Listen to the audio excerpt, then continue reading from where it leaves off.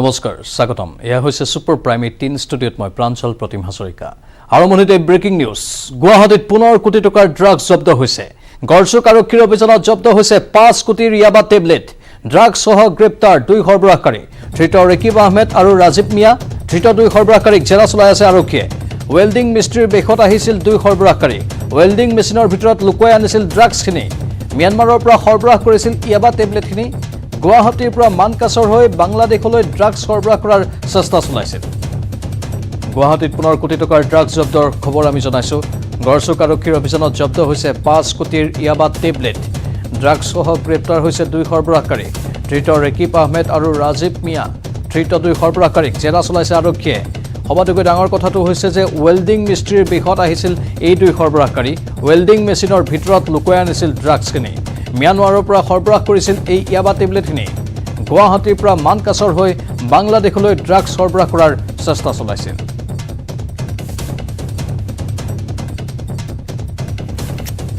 এটো এটা নতুন বেলেগ ষ্টাইল কৰিলে এখন প্যাসেঞ্জাৰ গাড়ী এখন গৈছিল তাত বেলেগ প্যাসেঞ্জাৰ আছে প্যাসেঞ্জাৰ নিচিনাকৈ উঠিছে এটা মেচিনৰ একচুয়ালি মেচিনৰ অকল কাভাৰটো আছে ভিতৰত একো বস্তু নাই তাৰ ভিতৰত এই টেবলেটখিনি ভৰাই মিস্ত্ৰীৰ সন্মবেশত এইখিনি লৈ যাবলৈ চেষ্টা কৰিছিল ঠিক তেতিয়াই সেই গাড়ীখন ইন্টাৰসেপ্ট কৰি ধৰা হয় বিকজ তেহেঁতি অলৰেডি ওয়াটছত আছিলে মানকাছাৰ গৈ আছিলে সেইখিনি তেতিয়াই ওলাবলৈ লওঁতে ইন্টাৰসেপ্ট কৰা হয় আৰু দুটা ল'ৰা এৰেষ্ট কৰা হৈছে ৰেকিব আহমেদ এটাৰ নাম ৰাজীৱ মিয়া দুটা মানকাছাৰৰ ল'ৰা আৰু বাকি তদন্ত চলি আছে বজাৰৰ মূল্য হ'ব এই 20000 এটো 2,500 টকাকে যেটো হয় 5 কোটি টকা হবে আমাৰ সতীৰ্থ সাংবাদিক উৎপল হালৈ বৰ্তমান ফোন লাইনত আছে উৎপল ইতিমধ্যে আৰক্ষী বিষয়াই কৈছে কেনেধৰণে নতুন কৌশল অৱলম্বন কৰিছে এই ড্ৰাগছ বেপাৰীবোৰে আৰু কি তথ্য আছে আপোনাৰ লগত প্ৰাঞ্জল ইতিমধ্যে আপুনিও এই কথা উল্লেখ কৰিছে আজি যুটীয়া আৰক্ষী আয়ুক্ত পাৰ্থ হাজৰিকাই মন্ত্ৰী কিছু সময় পূৰ্বে সংবাদ মাধ্যমক সম্বোধন কৰি কথা স্পষ্টকৈ উল্লেখ কৰিছে যে প্ৰত্যেক দিনে যে চোৱা যায় নিষিদ্ধ নিষেধাজ্ঞা সামগ্ৰী যিধৰণৰ সৰবৰাহ চলি আছে অসমৰ মাজমজিয়াৰে বিশেষকৈ গুৱাহাটী মহানগৰীৰ মজমজিয়াৰে তেখেতে অৱলম্বন কৰিছিলে আৰু এইবাৰ তেখেতসকলে এখন জাইলো বাহন ভাড়া কৰি লৈছিল আৰু জাইলো বাহনখনেৰে মানকাছাৰলৈকে যোৱাৰ কথা আছিলে বিশেষকৈ মিয়ানমাৰৰ পৰা তেখেতসকলে এইসমূহ 20000 ইয়াবা টেবলেট তেখেতসকলে আনিছিলে আৰু প্ৰথম অৱস্থাত মানকাছাৰলৈ গ'লহেঁতেন আৰু মানকাছাৰৰ পিছত চুবুৰীয়া ৰাষ্ট্ৰ বাংলাদেশলৈকে তেখেতসকলে সৰবৰাহ কৰিলেহেঁতেন আৰু আজি দিনৰ ভাগত যদিহে চোৱা যায় প্ৰায় 15 কোটি টকাৰ এনেধৰণৰ নিষেধাজ্ঞা টেবলেট প্ৰায় 60000 ইয়াবা টেবলেট জব্দ কৰিছে সোণাপুৰত আৰু এই মুহূৰ্তত নিশা গুৱাহাটী মহানগৰীৰ গড়চুক আৰক্ষী থানা 37 নং ৰাষ্ট্ৰীয় ঘাইপথত অভিযান চলাইছিলে নিশ্চিত হৈছিলে যে মিয়ানমাৰৰ পৰা দুই যুৱক আহিছিলে এখন জাইলো বাহন তেখেতসকলে ভাড়া কৰি লৈছিলে পল্টন বজাৰত গাড়ীখন ভাড়া কৰি লৈছিলে আৰু পল্টন বজাৰৰ পৰা আয়াজিটি হৈ লখৰা হাউকুচি হৈ এনেদৰে ওলাই গৈছিলে আৰু তেনে সময়তে নিশ্চিত ইতিমধ্যে পৰায়ত্ত কৰিছিলে আৰু প্ৰত্যেক দিনে যদি চাওঁ প্ৰাঞ্জল এই মুহূৰ্তত উল্লেখ কৰোঁ ইয়াৰ পূৰ্বতে তেখেতসকলে যদি চাওঁ বিভিন্ন সময় টাকৰ তলত আনিছিলে বলেৰো চেম্বাৰ কৰাই আনিছিলে এইবাৰ তেখেতসকলে বিশেষ ভিআইপিত আনিছিলে অৰ্থাৎ ভিআইপিত ৱেল্ডিং মেচিন আছে আৰু ৱেল্ডিং মেচিনৰ কাষত এই ধৰণৰ সামগ্ৰীসমূহ তেখেতসকলে লুকাই চুৰকৈ আচলতে তেখেতসকলে সৰবৰাহ কৰিছিলে এক প্ৰকাৰ ক'ব পাৰি যদি তেখেতসকল চুৰসকল দালে তেতিয়াহ'লে আৰক্ষী পাতে এক প্ৰকাৰ এই ধৰণৰ ঘটনা সংঘটিত হৈ আছিলে আৰু এতিয়া যেতিয়াৰ পৰা মুখ্যমন্ত্ৰীগৰাকীয়ে দায়িত্ব লৈছিলে তেতিয়াৰ পৰা যি ধৰণৰ তেখেতসকলে কঠোৰ পদক্ষেপ লৈছিলে কিন্তু তাৰে পিছতো কিন্তু যেন ড্ৰাগছ কিন্তু সৰবৰাহ হৈ আছে নিষিদ্ধ সামগ্ৰী এয়া কিন্তু প্ৰমাণ হৈ আছে প্ৰত্যেক দিনে জব্দ হৈ থকা সামগ্ৰী কিন্তু সেই কথাই প্ৰত্যামান কৰি আছে আৰু যদি আমি বিগত এসপ্তাহৰ খবৰ দিওঁ বা আজি ৰাতিপুৱাৰ ভাগৰ পৰা সন্ধিয়ালৈকে যদি খবৰ দিওঁ তেতিয়াহ'লে অকল গুৱাহাটী মহানগৰ সোণাপুৰৰ পৰা জালুকবাৰী এই 37 নং ৰাষ্ট্ৰীয় ঘাইপথতে প্ৰায় 20 কোটি টকা নিষিদ্ধ প্ৰায় 20 কোটি টকাৰ নিষিদ্ধ সামগ্ৰী এদিনতেই জব্দ হৈছে কেৱল এটা বিশেষ অঞ্চলতে ধন্যবাদ জনাইছোঁ উৎপল হালৈ এইখিনি তথ্যৰ বাবে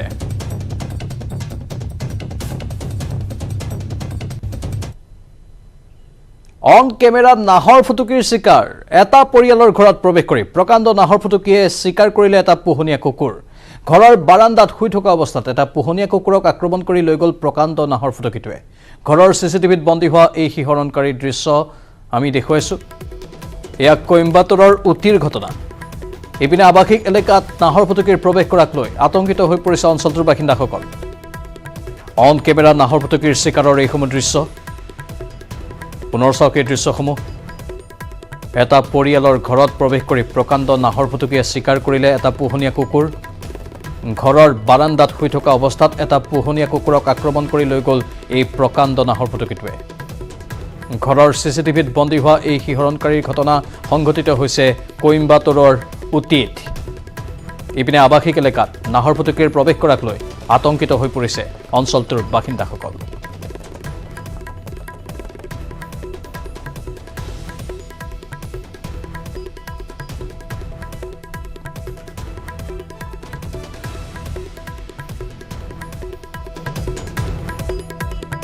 হঠাৎ আহিল নাহৰ ফুটুকীটো আৰু কোনো ধৰণৰ ইফাল সিফাল নকৰি পোনপটীয়াকৈ আক্ৰমণ কৰিলে কুকুৰটোক।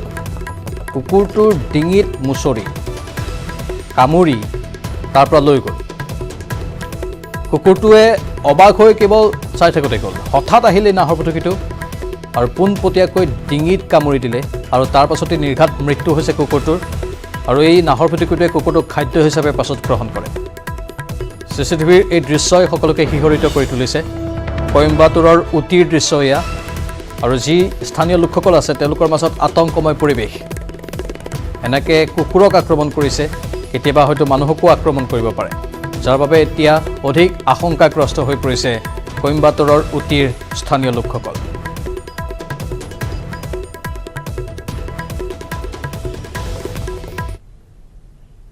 লোকসভা নিৰ্বাচনৰ প্ৰাক্ষণত তুংগত উঠিছে AIUDFৰ সভাপতি আৰু প্ৰদেশ কংগ্ৰেছৰ সভাপতিৰ মাজৰ বাকযুদ্ধ। কংগ্ৰেছৰ সহায় বিচৰাৰ পিছতে পুনৰ আজমলৰ বিৰুদ্ধে সৰব প্ৰদেশ কংগ্ৰেছৰ সভাপতিগৰাকী। AIUDFৰ প্ৰস্তাৱক নাকচ কৰি সভাপতি পদৰ চকী এৰিবলৈ সাজু ভূপেন বৰা। আমি আমাৰ পাৰ্টিৰ পৰা ওয়েলকাম জনাইছোঁ। এনে যদি আমি এক নহওঁ বিজেপিক অসমৰ পৰা আমি বিদায় কৰিব নোৱাৰোঁ।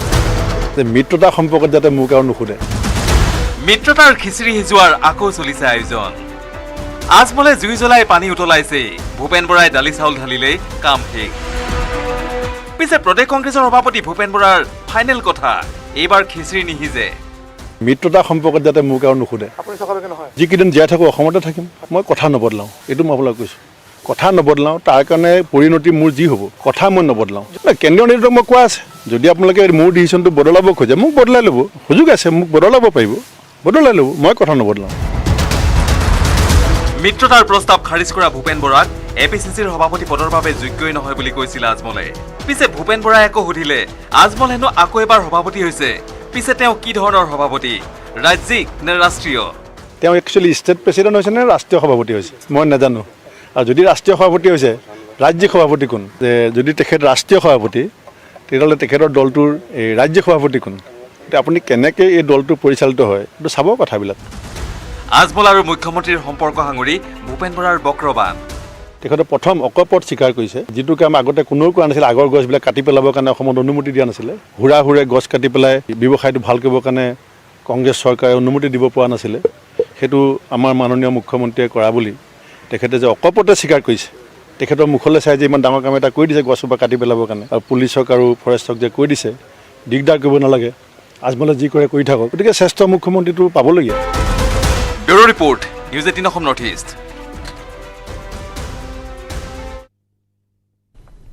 এতিয়া বিষাক্ত হৈ পৰিছে দিল্লীৰ বায়ুমণ্ডল। বিগত 3 দিনে ধোঁৱা ধূলিৰ ডাঠ আচ্ছাদনে ঢাকি ৰাখিছে ৰাজধানী চহৰখনক।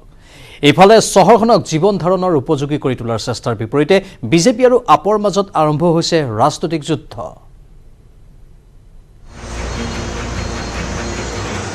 জীৱন ধাৰণৰ বাবে উপযোগী হৈ থকা নাই নেকি ৰাজধানী দিল্লী?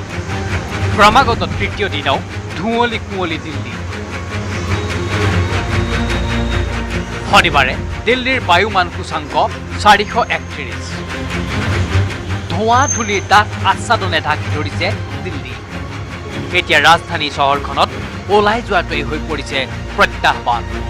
দিল্লীত আপুনি ঘৰৰ বাহিৰ হ'লেই আপোনাৰ চকু পুৰিব পাৰে, ছাল খজুৱাব পাৰে, উশাহ নিশাহত অসুবিধা পাব পাৰে। আৰু দিল্লীৰ প্ৰদূষণক লৈ বিজেপি আপৰ বাকযুদ্ধ। দিল্লীক গেছ চেম্বাৰ সজোৱা কেজৰিৱাল হিটলাৰ।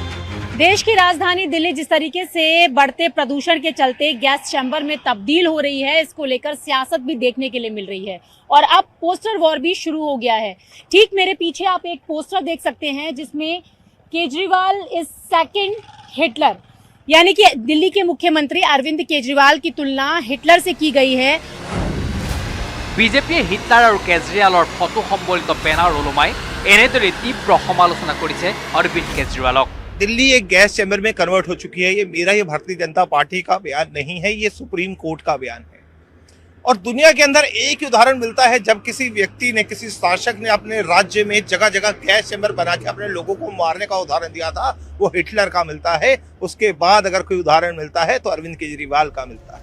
আনহাতে ক্ৰমাগত 3 দিন ধৰি দিল্লীক ধোঁৱা ধূলিৰ আচ্ছাদনে ঢাকি ধৰাৰ পৰিপ্ৰেক্ষিতত দিল্লীৰ প্ৰাথমিক বিদ্যালয়সমূহ শনিবাৰৰে পৰা বন্ধ ঘোষণা কৰা হৈছে।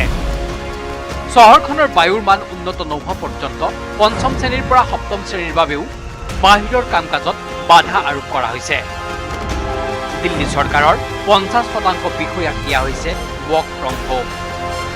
বাহন চলোৱাৰ ক্ষেত্ৰতো পুনৰ যুগ্ম অযুগ্ম আঁচনি ৰূপায়ণৰো চিন্তা চৰ্চা চলিছে। পঞ্জাৱৰ প্ৰতিকূল পৰিৱেশ আৰু পামৰ জুইৰ বাবেই দিল্লীত এনে পৰিস্থিতি সৃষ্টি হোৱাৰ সন্দেহ কৰা হৈছে।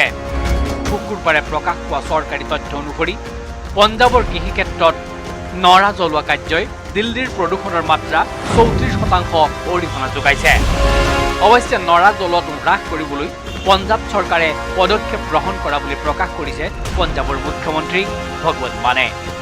News desk report, news 18 Assam north east.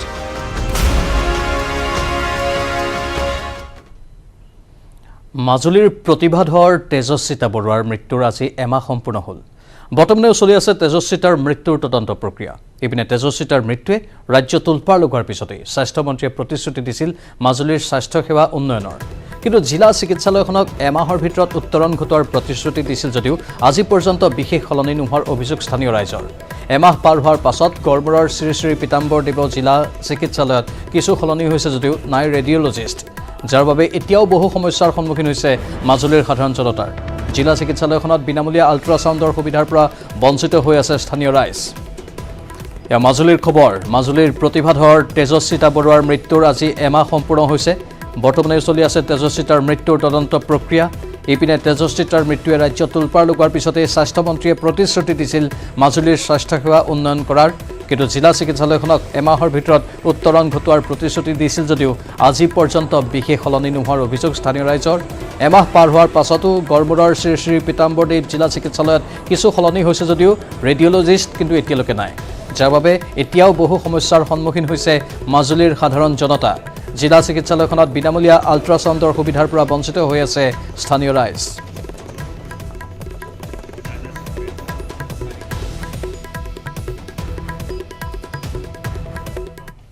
কিন্তু আমি আজি তাৰিখলৈকে এমাহ পাৰ হৈ গ'ল, আজি 4-5 দিন পাৰ হৈ গ'ল, কিন্তু কোনো ধৰণৰ পৰিৱৰ্তন আমি দেখিবলৈ নাপালোঁ স্বাস্থ্যখণ্ডত।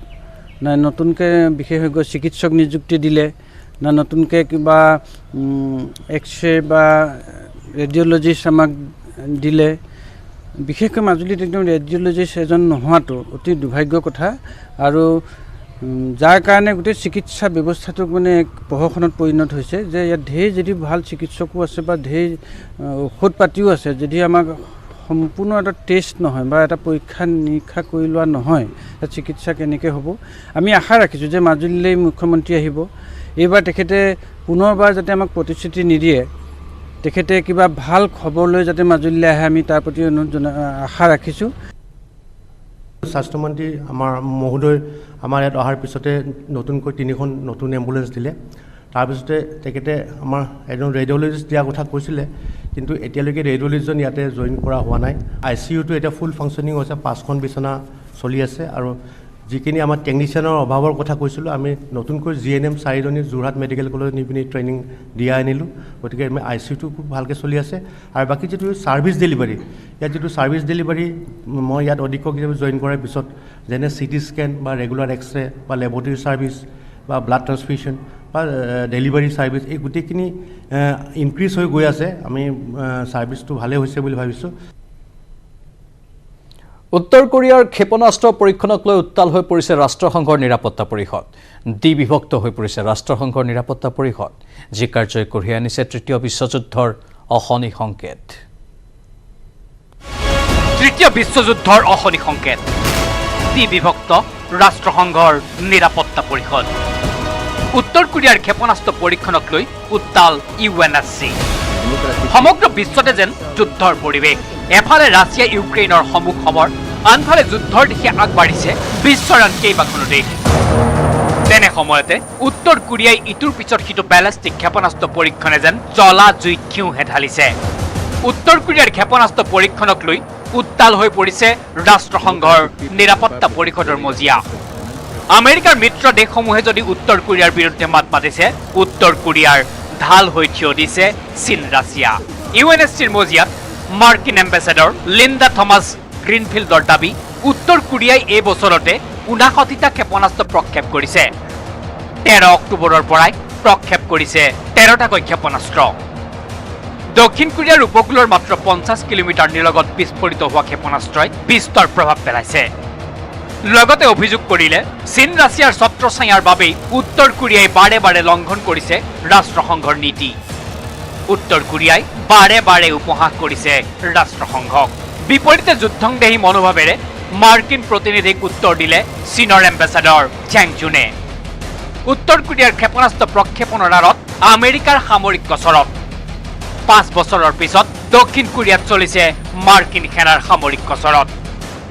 শতাধিক মাৰ্কিন যুদ্ধ জাহাজ উৰিছে দক্ষিণ কোৰিয়াৰ আকাশত, আৰু তাৰ বাবেই উত্তৰ কোৰিয়াই প্ৰকাশ কৰিবলৈ বাধ্য হৈছে নিজৰ শক্তি সামৰ্থ্য। ৰাছিয়াৰ প্ৰতিনিধিয়েও উত্তৰ কোৰিয়াৰ ক্ষেপণাস্ত্ৰ চালনাৰ বাবে দক্ষিণ কোৰিয়াত ৱাশ্বিংটনৰ কাৰ্যকলাপকে দোষিলে। মাৰ্কিন প্ৰতিনিধিগৰাকীয়ে দক্ষিণ কোৰিয়াত মাৰ্কিন সেনাৰ কুচকাৱাজক নিয়মীয়া কচৰত বুলি দাবী কৰিলেও মানি ল'ব খোজা নাই চীন ৰাছিয়াই। উত্তৰ কোৰিয়াৰ বিৰুদ্ধে মাত মাতিলে আমেৰিকা তথা ফ্ৰান্স জাপানকে ধৰি আমেৰিকাৰ মিত্ৰ দেশসমূহেও। এনেদৰেই দক্ষিণ কোৰিয়াৰ অভিযোগৰ ভিত্তিত উত্তৰ কোৰিয়াক লৈ উত্তাল হৈ পৰে ৰাষ্ট্ৰসংঘৰ নিৰাপত্তা পৰিষদৰ মজিয়া। News desk report, news 18 Assam north east. এশিঙীয়া গড়ৰ ৰম্যভূমি পবিতৰা অভয়াৰণ্যত 18খনকৈ ভিণ্টেজ কাৰ।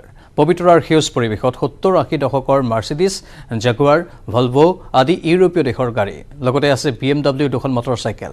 দ্বিতীয় বিশ্বযুদ্ধৰ পূৰ্বৰ এই ভিণ্টেজ গাড়ীসমূহে আকৰ্ষিত কৰিছে সকলোকে। আমেৰিকা আৰু ইউৰোপৰ কেইবাখনো দেশৰ পৰা এই ভিণ্টেজ কাৰসমূহ লৈ আহিছে এটা দলে। বেলজিয়ামৰ এটা সংস্থাই এই গাড়ীসমূহ লৈ বিভিন্ন দেশত কৰি আহিছে ভিণ্টেজ কাৰ ৰেলী। এইবাৰ এই হিমালয়ান ভিণ্টেজ কাৰ ৰেলী আয়োজন কৰা হৈছে ভূটান, ভাৰত আৰু বাংলাদেশত। কলকাতাৰ পৰা ছিকিম, দাৰ্জিলিং, ভূটান, অসম, শ্বিলং আৰু বাংলাদেশ হৈ পুনৰ কলকাতাত সামৰণি পৰিব এই ভিণ্টেজ কাৰ ৰেলীৰ। To commemorate our good old days, you know, and we do that many times with other friends also, old friends in 60 years. So we have old cars because cars that we had at that time. So I have a Volvo of 1967, and the people were very gentle to us. They are extremely enthusiastic about us. When we cross the villages, they come to runways. They want to do selfies, etc. So it's extremely nice to be. Bhupen দাবিহীন 11 বছৰ। একাদশ মৃত্যুতিথিত সুধাকণ্ঠ ভূপেন হাজৰিকালৈ গভীৰ শ্ৰদ্ধাঞ্জলি জনালে ৰাজ্যবাসীয়ে। জালুকবাৰীৰ সমাধিক্ষেত্ৰত অজস্ৰজনে শ্ৰদ্ধাঞ্জলি জনোৱাৰ লগতে বাংলাদেশতো স্মৰণ কৰিলে ভূপেন দাক।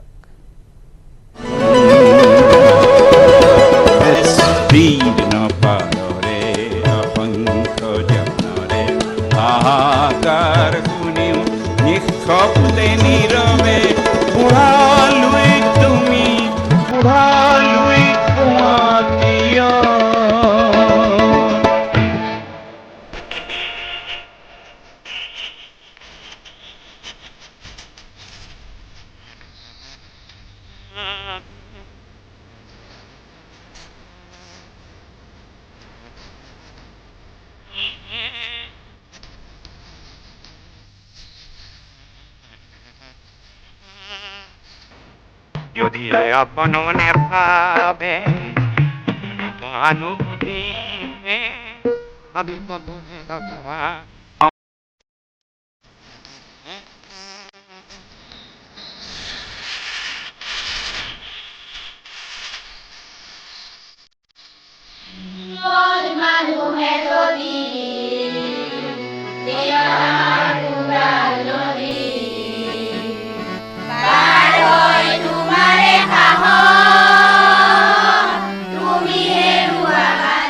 সুধাকণ্ঠ ভূপেন হাজৰিকাৰ 2011 চনৰ পৰা আমি বন্তিগড় প্ৰজ্বলনৰ পৰা নাম প্ৰসংগলৈকে আমাৰ মাছ ৰহা দৈনিক মাছ বজাৰ চৰত আমি উদযাপন কৰি থৈ আহিছোঁ।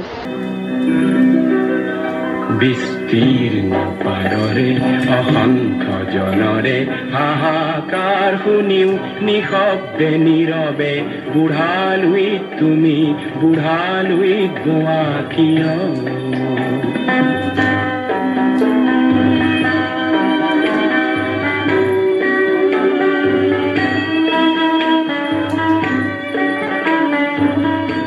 পৃথিৱীৰ এখন দেশ যাৰ নাম হ'ল ভাৰতবৰ্ষ, তাৰে এখন ৰাজ্য হ'ল অসম। আৰু অসম আৰু উত্তৰ পূৰ্বাঞ্চলৰ খিলঞ্জীয়া মানুহে নিজৰ হৃদয়ৰ শিল্পীগৰাকীৰ মৃত্যুৰ দিনটোত সন্ধিয়া এই দীঘলী পুখুৰী পাৰত প্ৰতিমূৰ্তিস্থলীত থিয় হয় 10,000 চাকি জ্বলাই নিজৰ হৃদয়ৰ শিল্পী ভূপেন্দ্ৰৰ প্ৰতি গভীৰ শ্ৰদ্ধাঞ্জলি জনাই আহিছে। মই ভাবো যে পৃথিৱীৰ ভিতৰত খিলঞ্জীয়া মানুহে নিজৰ হৃদয়ৰ শিল্পীগৰাকীক এনেধৰণে এটা সুকীয়া উপলব্ধিৰে জনোৱা এটা শ্ৰদ্ধাঞ্জলি।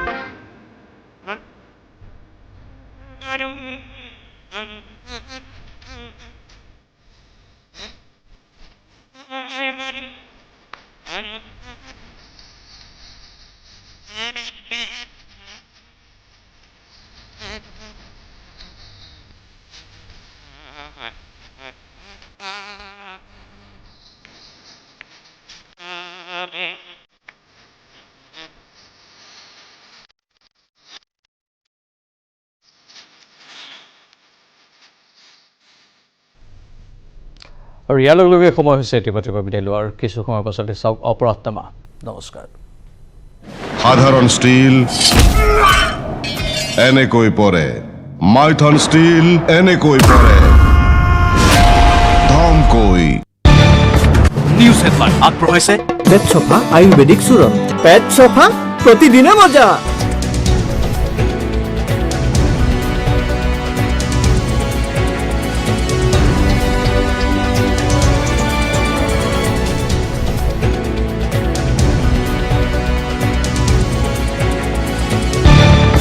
নিউজ হেডলাইন আগবঢ়াইছে পেট চফা আয়ুৰ্বেদিক চূৰণ। পেট চফা প্ৰতিদিনে মজা।